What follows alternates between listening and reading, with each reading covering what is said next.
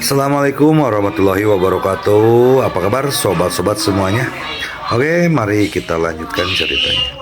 Bab 91, Li Guoqiang yang keras kepala. Hua Yue tidak menanggapi dan masih menangis.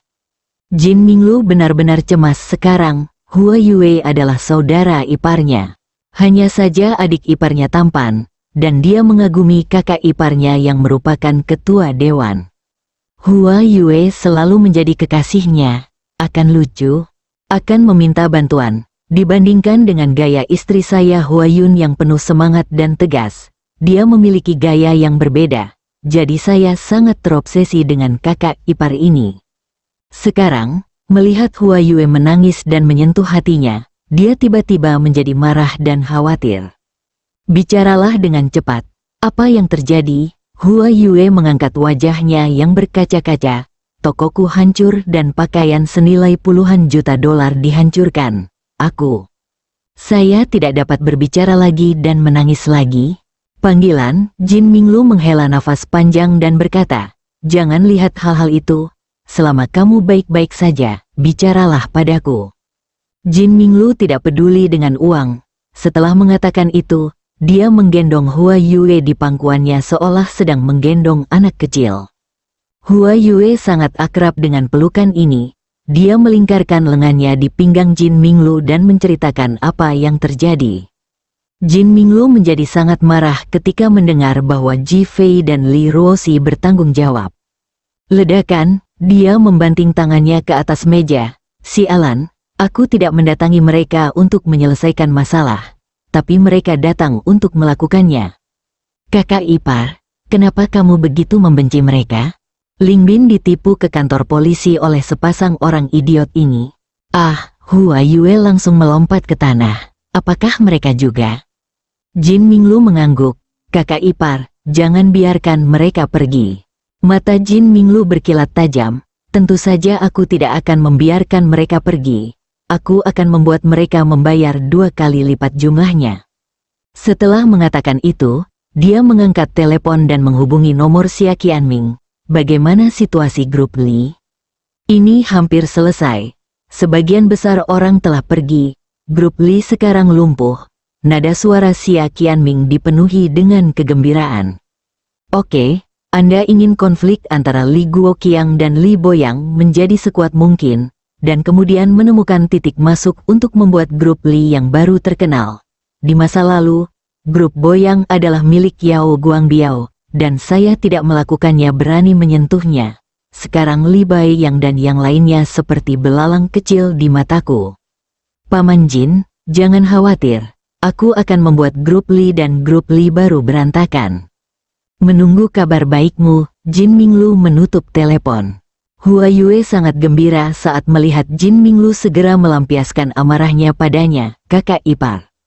Grup Li, Xia Qianming berdiri dan melihat sekeliling kantor. Ada cibiran di matanya. Dia pergi kurang dari setengah bulan setelah tiba. Namun, dia ingin membubarkan grup Li, buka pintu dan berjalan menuju kantor Li Guoqiang. Saat ini, Li Guoqiang sedang berbaring di sofa. Pil Jiuxin mulai bekerja, dan ada sedikit warna di wajahnya. Boom, boom, boom, Xia Qianming berada di luar dan membanting pintu dengan tinjunya. Li Guoqiang sangat ketakutan hingga dia gemetar, dan wajahnya menjadi pucat lagi. Li Boli berjalan mendekat dengan wajah muram dan membuka pintu dengan paksa. Siapa yang mengetuk pintu? Hanya begitu pintu terbuka, semuanya menjadi gelap. Dan kemudian sebuah map menghantam wajahnya. "Saya akan mengembalikan surat pengangkatan ini dari keluarga Li Anda." Li Boli terluka karena pemukulan itu dan berteriak.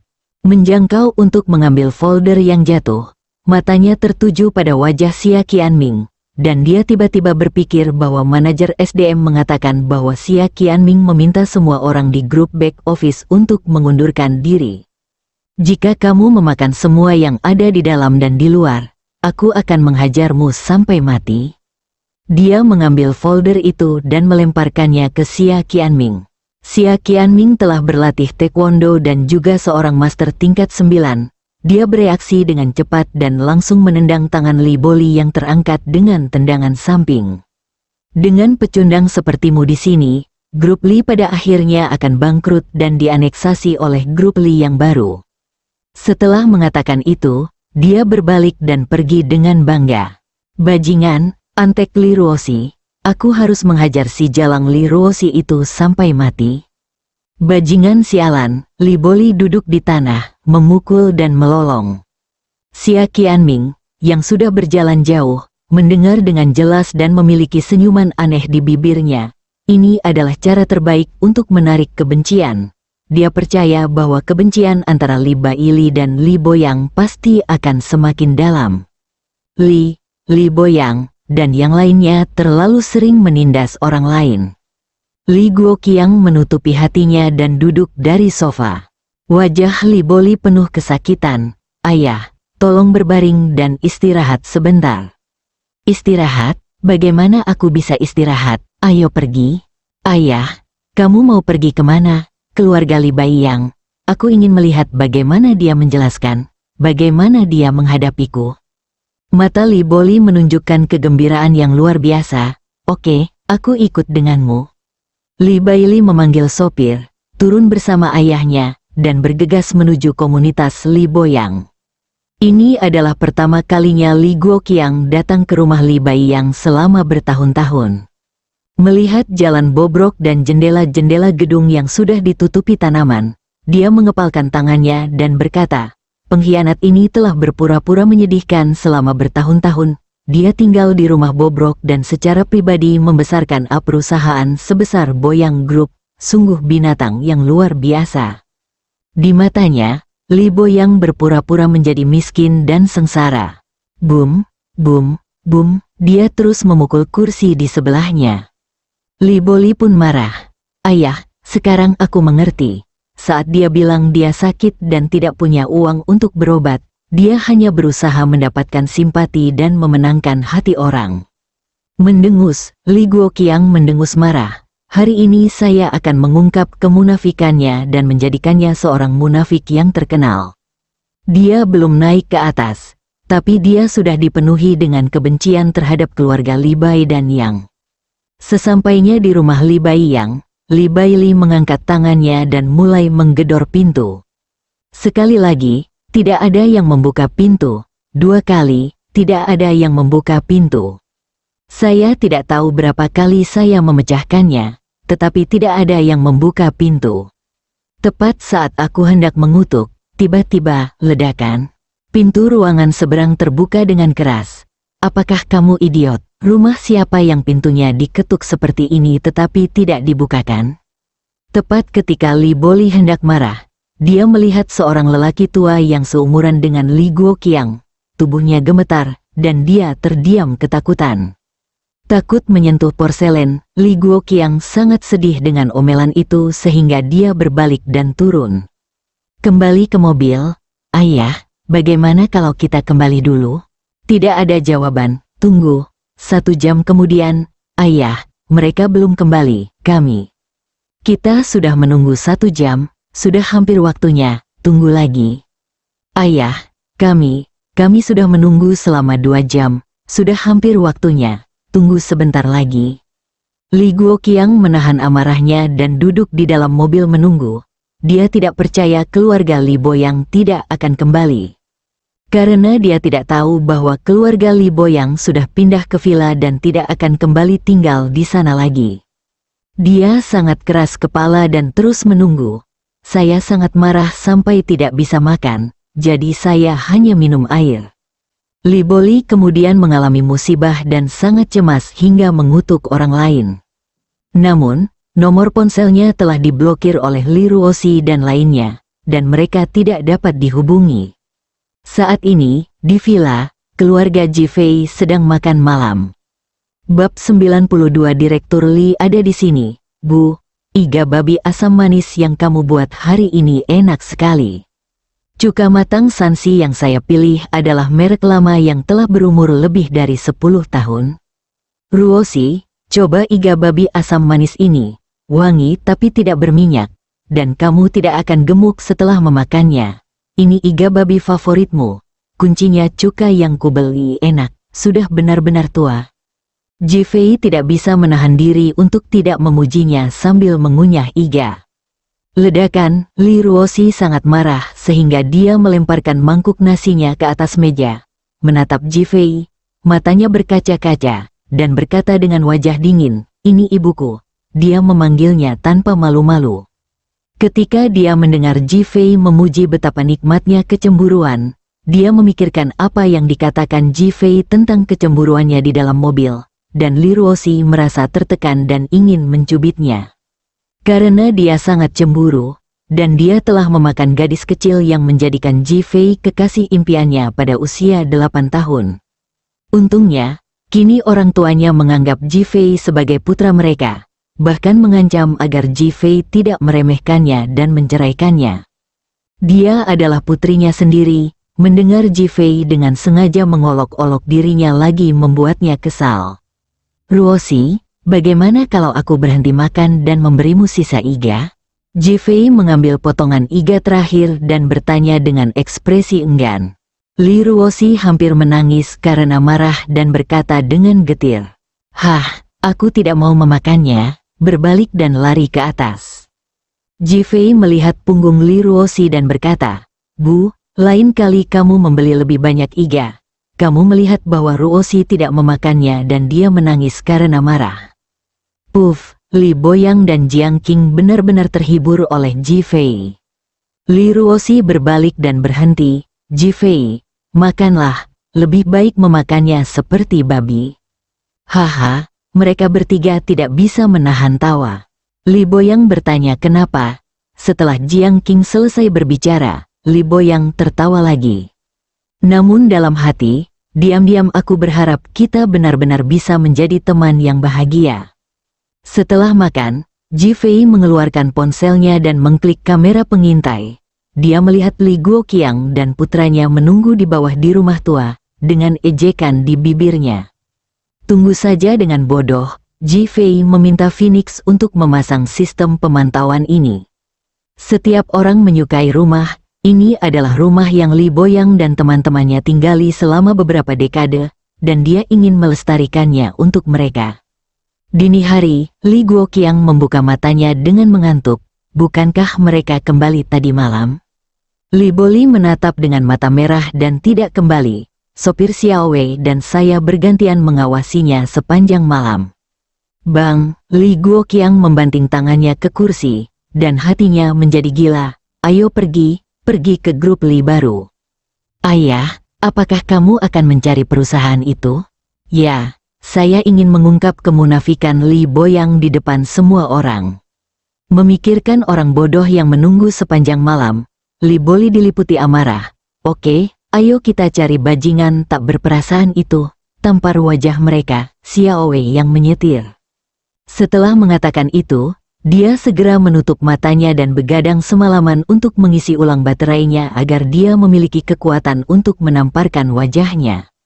Bertentangan dengan mereka, keluarga Ji Fei tidur nyenyak dan makan enak di villa. Jiang Qing menampilkan keterampilan memasaknya secara penuh dan memasak meja sarapan. Ji Fei mengacungkan jempolnya, penuh pujian, dan melahapnya. Jiang Qing dan Li Boyang menatap mata mereka dan tersenyum lebar. Li Ruoxi sangat marah hingga dia memutar matanya. Setelah sarapan, Ji Fei mengantar Li Boyang dan Li Ruoxi ke grup Li baru. Li Boyang memandang Ji Fei yang sedang mengemudi. "Ji Fei, sekarang grup Li yang baru telah berlayar. Kamu dapat memilih posisi apapun yang ingin kamu ambil di perusahaan selanjutnya."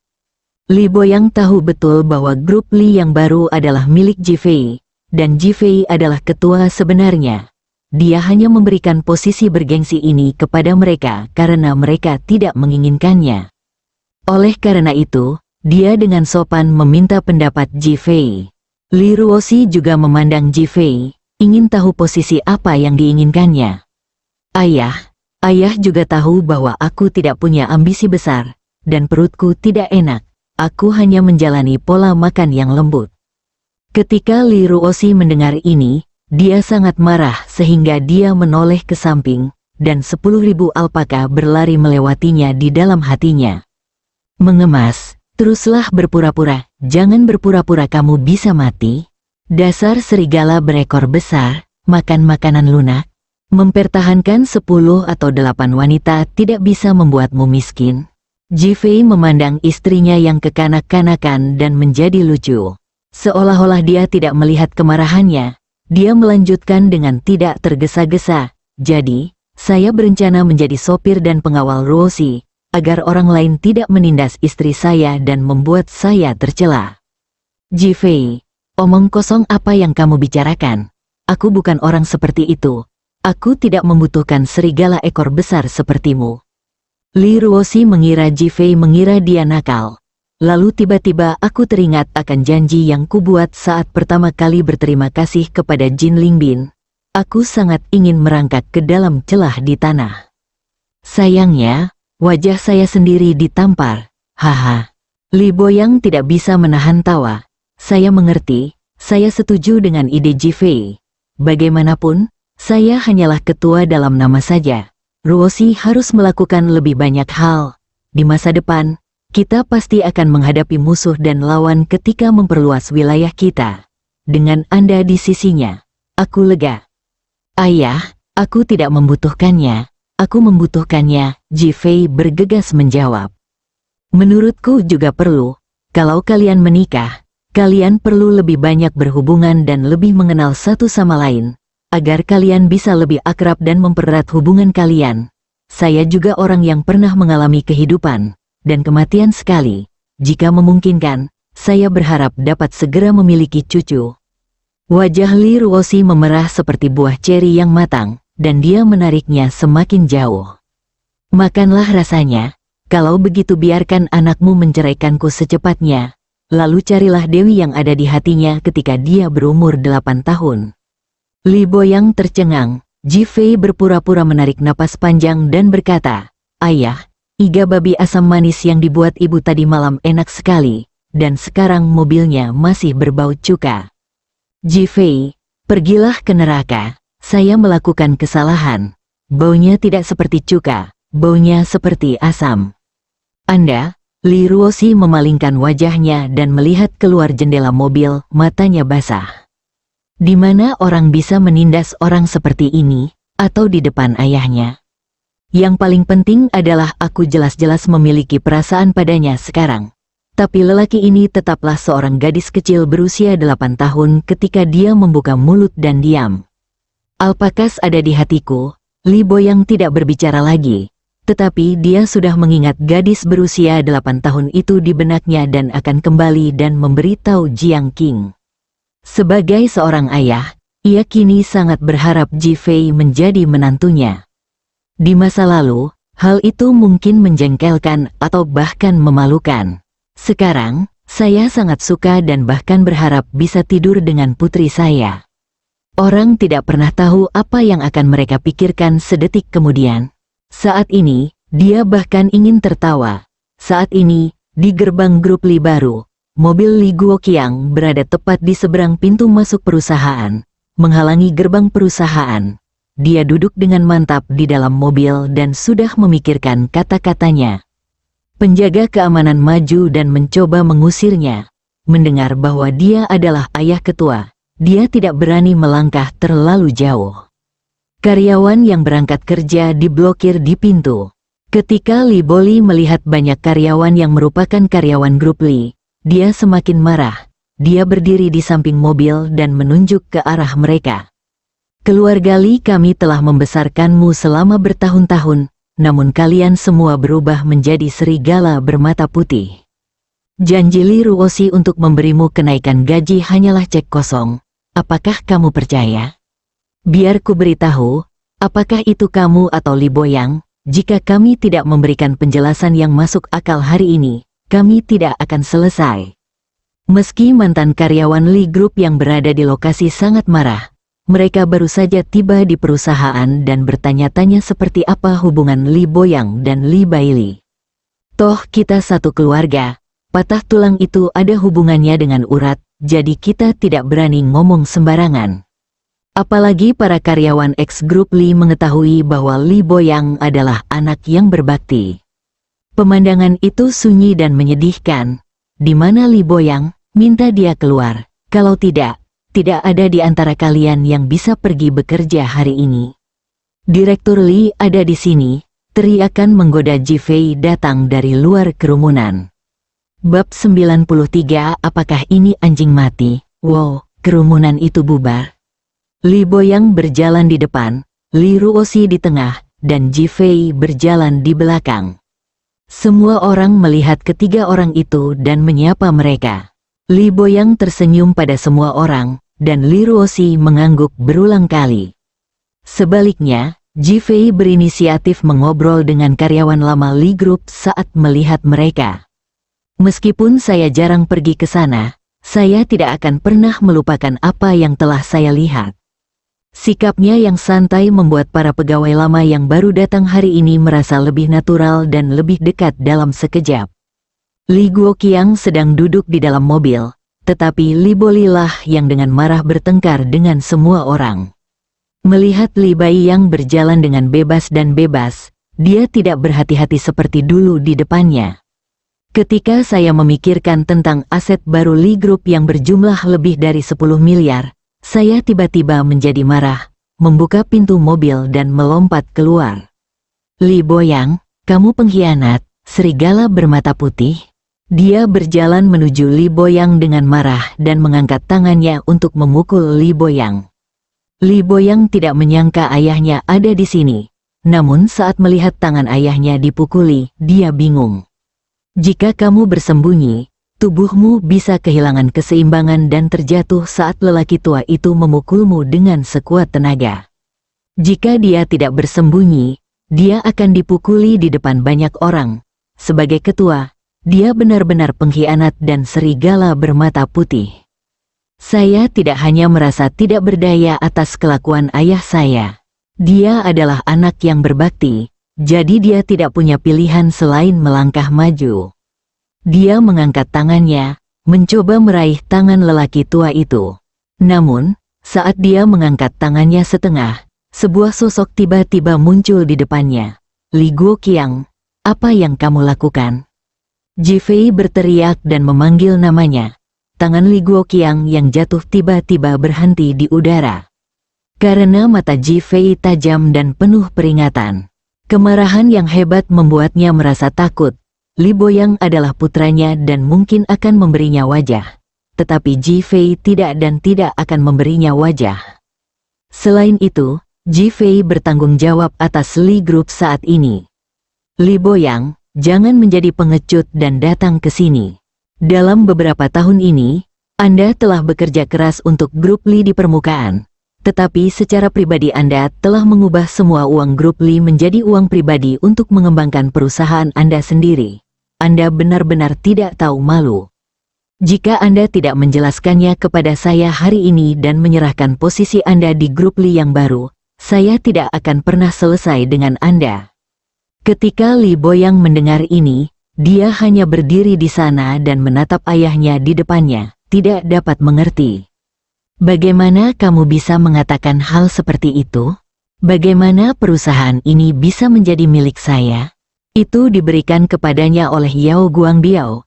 Selain itu, jika saya memiliki perusahaan ini dan saya masih tidak mempunyai uang untuk berobat, apakah saya masih dapat membiarkan istri, anak perempuan, dan saya sendiri menderita? Ketika Li Boyang tidak berbicara, dia merasa bersalah dan segera melangkah maju.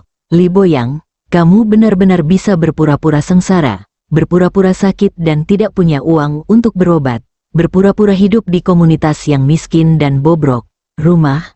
Hal yang paling menjengkelkan terlebih lagi, dia berpura-pura menjual putrinya untuk bertahan hidup. Lihatlah apa yang Anda miliki sekarang, sebuah perusahaan grup dengan nilai pasar lebih dari 10 miliar, perusahaan real estate terbesar kedua di kota Ninghai, akan sia-sia jika tidak memberi Anda Oscar. Kemudian, dia memandang semua orang. Tahukah Anda apa yang dilakukan Li Boyang ketika dia meninggalkan grup Li? Para karyawan menatap dengan mata terbelalak, menunggu jawabannya. Dia sebenarnya bermitra dengan putrinya dan menggunakan 20% sahamnya untuk menipu grup Li sebesar 500 juta. Ini setengah dari premi, yang setara dengan sepertiga aset grup Li. Berapa banyak orang yang melakukan hal ini? Tahukah kamu tentang keserakahan? Mantan karyawan Boyang Group kurang mengenal Li Boyang ketika mendengar kalimat tersebut. Sorot mata mereka menunjukkan keterkejutan, dan kesetiaan serta kesan baik mereka kemarin jelas mulai tertahan. Li Boyang sangat marah hingga otot-otot di wajahnya terus bergetar. Dia ingin berbicara, tetapi dia tidak tahu bagaimana membantahnya. Li Ruoxi tampak sedih ketika dia berpikir akan diintimidasi oleh Li Guoqiang dan Li Boli sebelumnya. Saya pikir jika saya pergi, semuanya akan berakhir. Tetapi saya tidak menyangka bahwa saya akan tetap datang ke rumah saya dan membuat keributan. Li Guoqiang sekali lagi berbicara dengan sedih dan sedih. Perilaku yang paling tidak tahu malu dari kalian berdua, ayah dan anak perempuan, adalah ketika kalian pergi sendirian. Kalian bahkan bekerja sama untuk menyuap karyawan grup Li agar mengikuti mereka ke sini. Kamu adalah anak yang tidak berbakti dan egois. Itu sungguh memalukan. Aku bahkan merasa malu. Melihat mantan karyawan grup Li, apakah Anda bersedia bersama orang yang tidak berperasaan dan tidak adil? Apakah Anda tidak takut dia akan mengkhianati Anda dan meninggalkan Anda dengan kejam?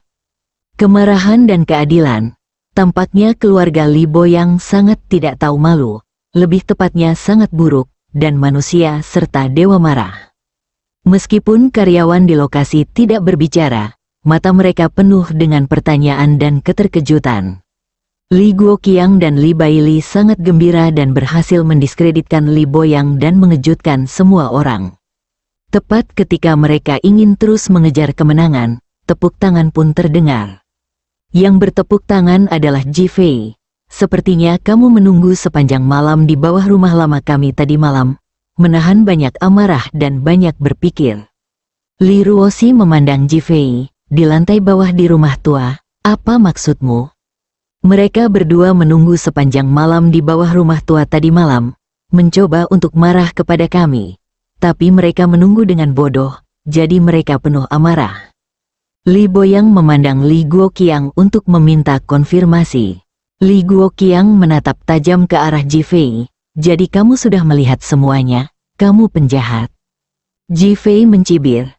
Ayah mertuaku adalah putramu. Dia telah tinggal di komunitas itu selama beberapa dekade dan kamu tidak pernah peduli padanya. Tapi kamu tinggal di villa dan menjalani kehidupan dengan pakaian bagus dan makanan enak. Don, tidakkah kamu merasa malu? Apakah kamu layak menjadi ayah mertuaku? Dia kelelahan demi grup Limu.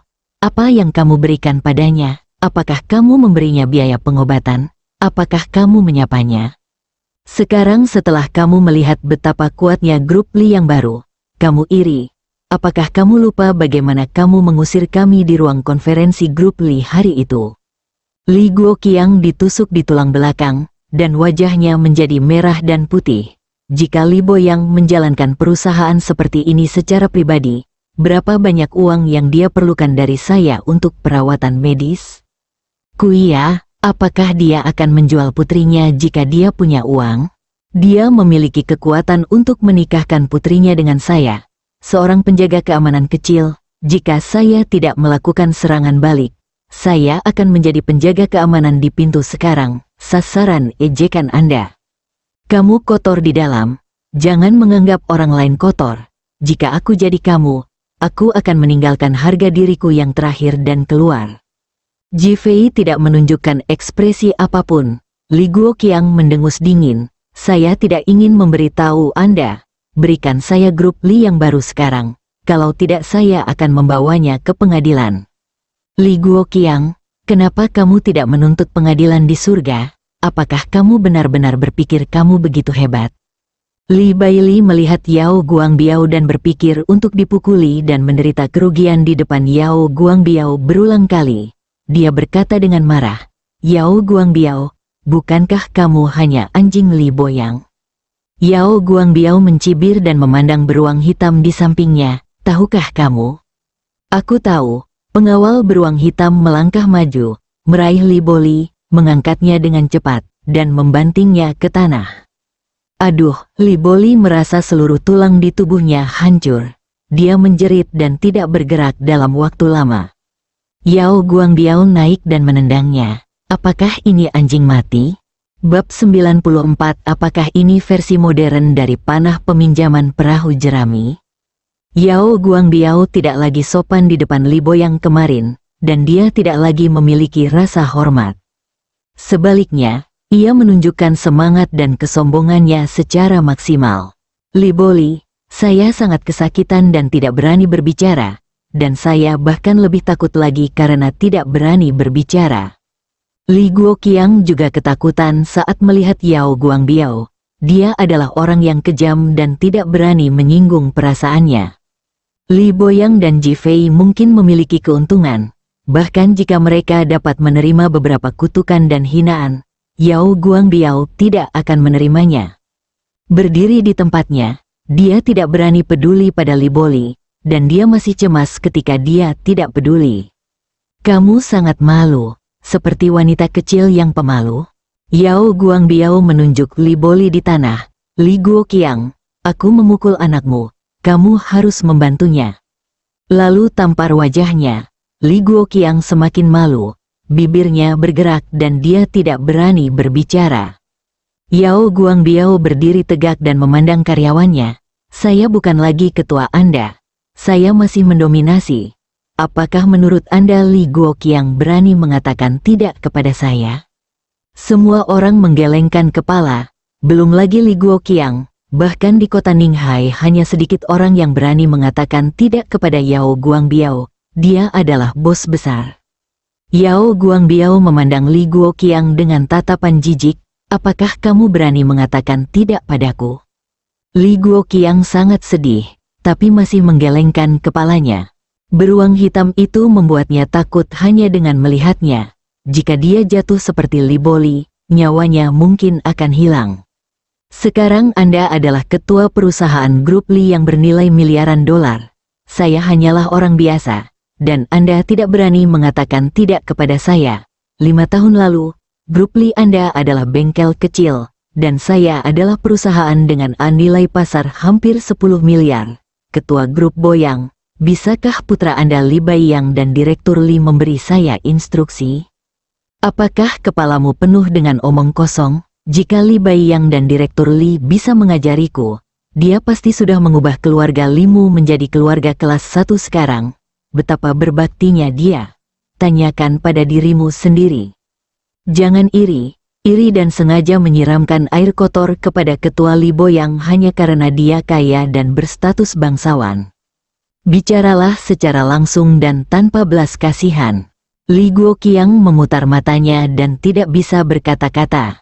Li Boyang merasa gembira di dalam hatinya. Dan Yao Guangbiao mengatakan kepadanya apa yang ingin dia katakan tetapi tidak dia katakan. Adapun karyawan grup Li di lokasi, mereka semua merasa lega saat ini.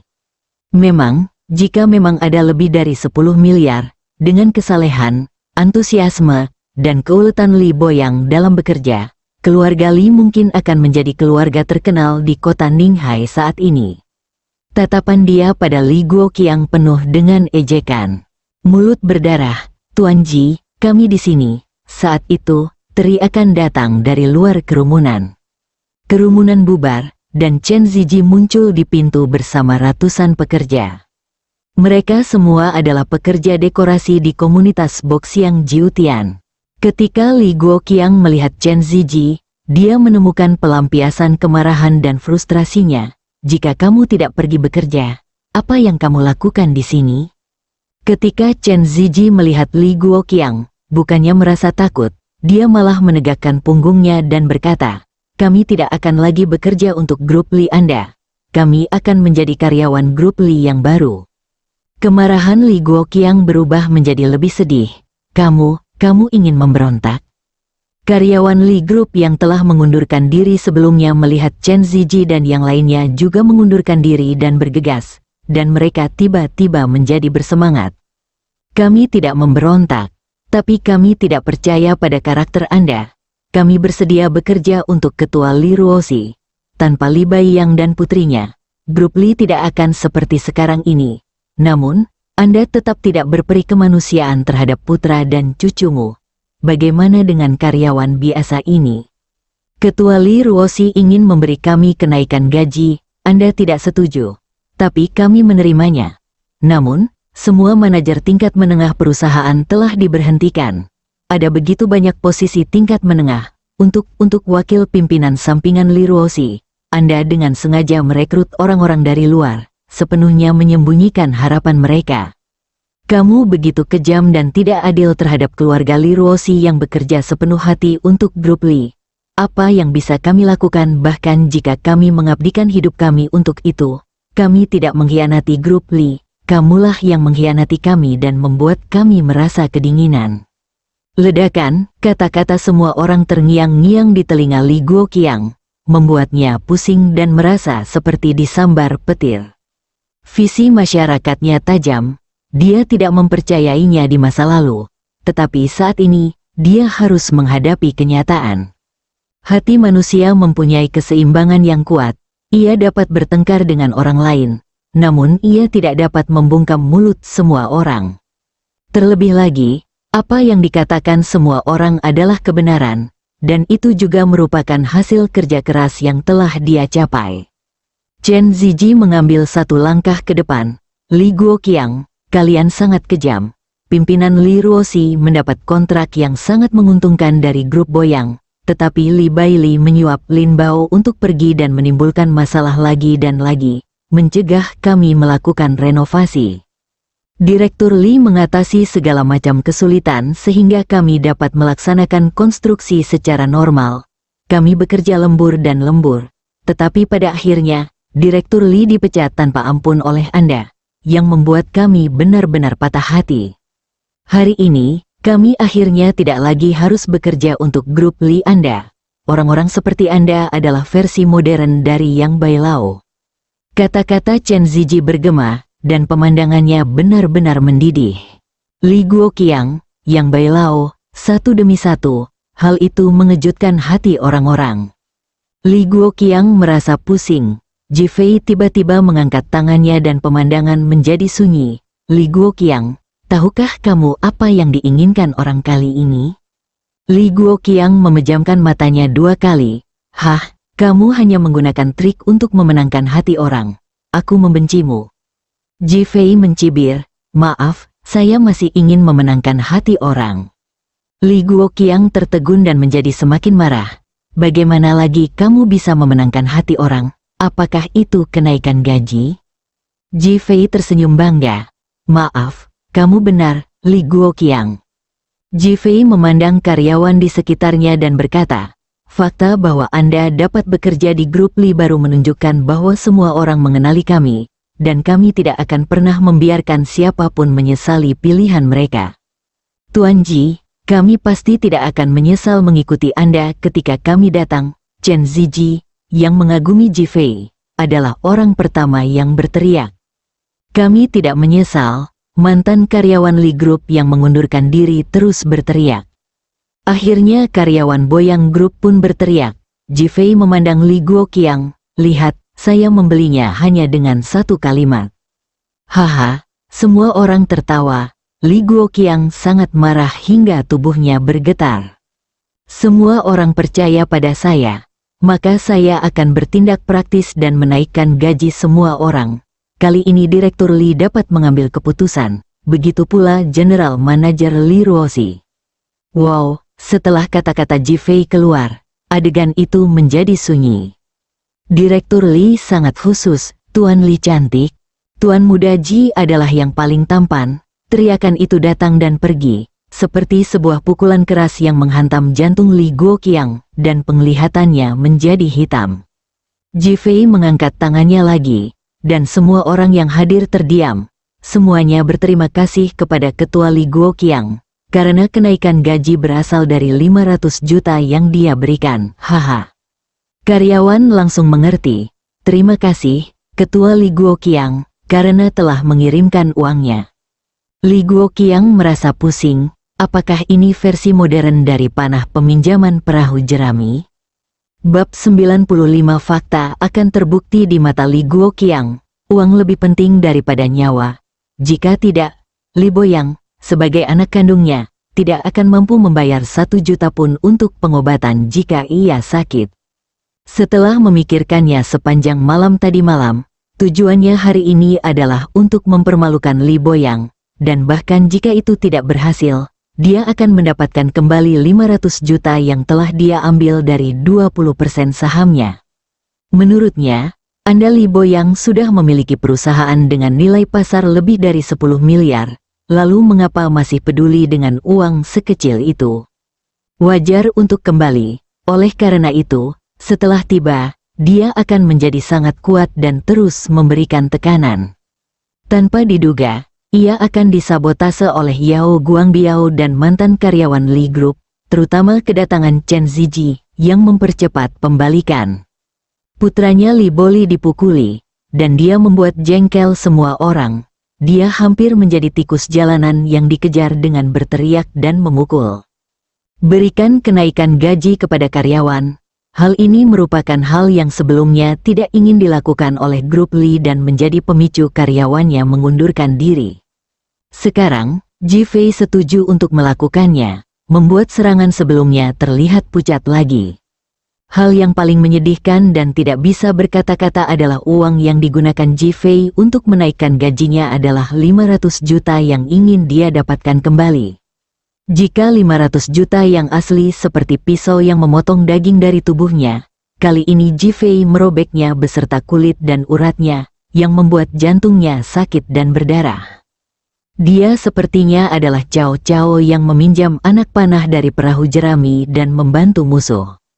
Menggunakan uangnya untuk melakukan perbuatan baiknya, Li Guoqiang ingin memukuli Ji Fei sampai mati. Patah hati, wajahnya jelek, terbakar amarah.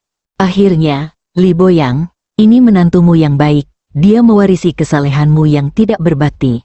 Apa kamu tidak malu? Apa kamu tidak peduli? Li Guoqiang ingin melakukan upaya terakhir. Li Boyang memandangi wajah ayahnya yang pucat dan urat-urat menonjol di dahinya. Dia tidak tahan dan ingin berbicara. Li Ruoxi tiba-tiba melangkah maju dan memeluk lengan Ji Fei. Ji Fei adalah menantu yang kamu temukan untukku. Kamu bilang dia menantu yang baik, dan menurutku dia juga menantu yang baik.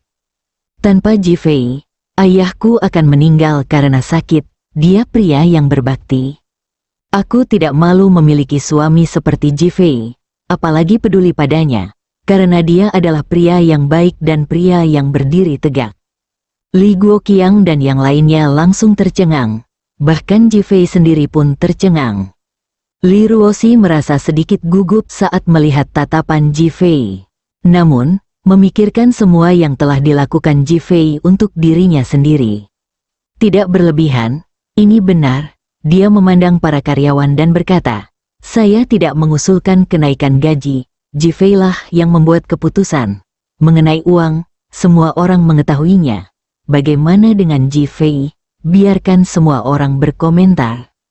Begitu dia selesai berbicara, Chen Ziji, yang sudah mengagumi Ji Fei, langsung berteriak, Tuan Muda Ji adalah yang terbaik.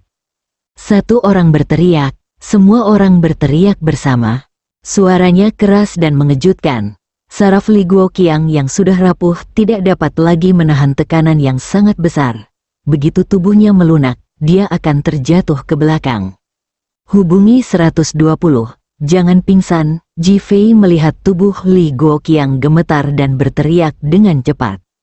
Li Guoqiang, yang hampir pingsan, tiba-tiba terbangun. Li Boyang, Ji Fei, tunggu, aku akan menyelesaikan masalah denganmu. Dia mengangkat Li Boli dari tanah, masuk ke dalam mobil dan segera pergi. Orang tersebut sangat terhina dan kebenciannya semakin dalam. Di kantor Li Ruoxi, saat Ji Fei duduk, Li Ruoxi datang dan mengambil pakaiannya dengan amarah di wajahnya. Ji Fei mengangkat alisnya dan tersenyum. Sayang, menurutmu aku tidak luar biasa, kenapa kamu begitu bersemangat? Diam, Ji Fei. Apakah kamu mengetahui semua hal ini dan mengaturnya dengan sengaja? Memikirkan Yao Guangbiao dan Chen Ziji tiba secara kebetulan, sungguh suatu kebetulan. Meskipun dia menamparkan wajah Li Guoqiang dan Li Boli, dia tetap merasa malu dan tercela. Yah, kemampuan berpikir logismu jauh lebih kuat sekarang, tapi kemampuanmu untuk beradaptasi dengan situasi masih sedikit kurang. Saya mengatur semuanya.